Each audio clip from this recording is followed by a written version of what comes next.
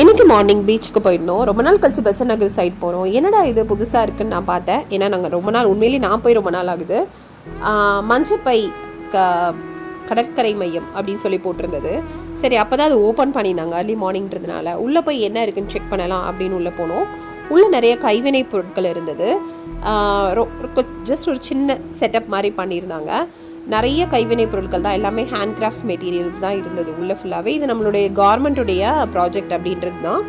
கீழே வந்து பார்த்தீங்கன்னா தானியங்கி மஞ்சப்பை இயந்திரம் இருந்தது. இதில் 10 rupees போட்டோன்னா நம்மளுக்கு ஒரு மஞ்சப்பை கிடைக்கும். எப்படி வந்து நம்ம பிளாஸ்டிக் பேக்ஸ் எல்லாம் அவாய்ட் பண்ணுறதுக்கு ஒரு சிறந்த வழி அப்படின்னு சொல்லலாம். இதில் ஜிபே மெத்தட் கூட இருக்கு.